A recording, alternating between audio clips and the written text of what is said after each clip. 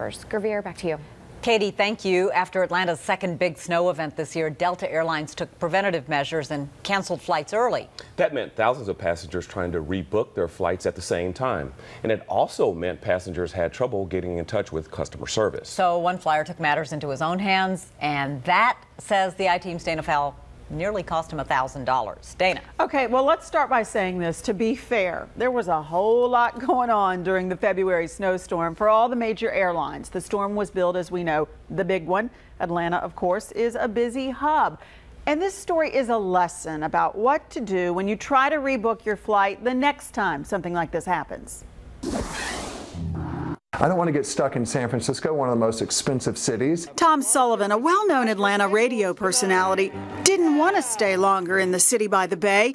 Just a few days turns into a lot of money quickly. So after Delta texted, "Flight canceled," 2 days before his flight, well, he scrambled to rebook. Well, I tried to reach Delta, and lines were jammed. Thousands of people had the same idea. In the Fox 5 newsroom, we were hearing about airline customers with 4- and 5-hour hold times. We talked with an aviation expert who says this isn't really so unusual.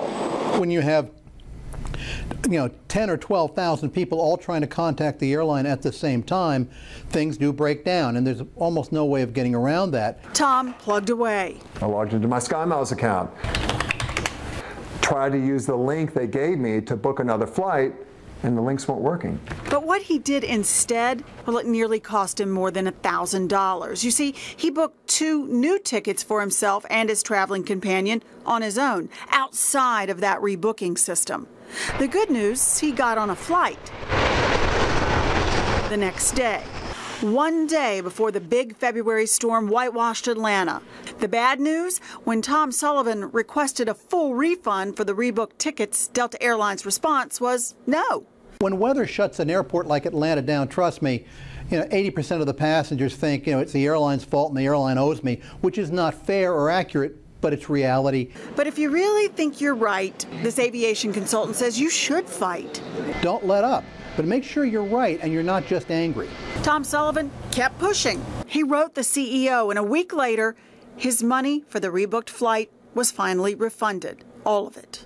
They turned lemons into lemonade, and I learned a really good lesson. What did you learn? Don't book your own ticket when your flight's canceled. That's pretty practical there. Delta's spokesperson wouldn't say whether Tom made a right or wrong choice, but he did throw in to the mix a couple more options, like making sure you have the Delta app on your phone for any updates, and try to contact the airline through their Twitter address at Delta Assist. I'm going to have to add that. Still, despite the wait times and the computer issues, Mr. Boyd, the expert there, gives the airline an A grade for how it handled the entire snow situation. Wow. But Delta still won't lock down what the rule I know. Really is. I mean, that's what we wanted, was what is the rule, but they didn't do it because these things work generally on a case-by-case basis. Tom says he was told by an agent, if the phones are jammed, if the website isn't working, if you want to be sure, 100% sure you'll get a free rebooked flight, what you need to do is go to the airport and have one of their agents book the travel for you. You know what I learned? Persistence. Yes. I mean, he just didn't give up. You know, we journalists always say no is just the beginning of the conversation. I love it. Yes, that's probably right. All right, Dana, thank you so very much, Dana. It is now 7.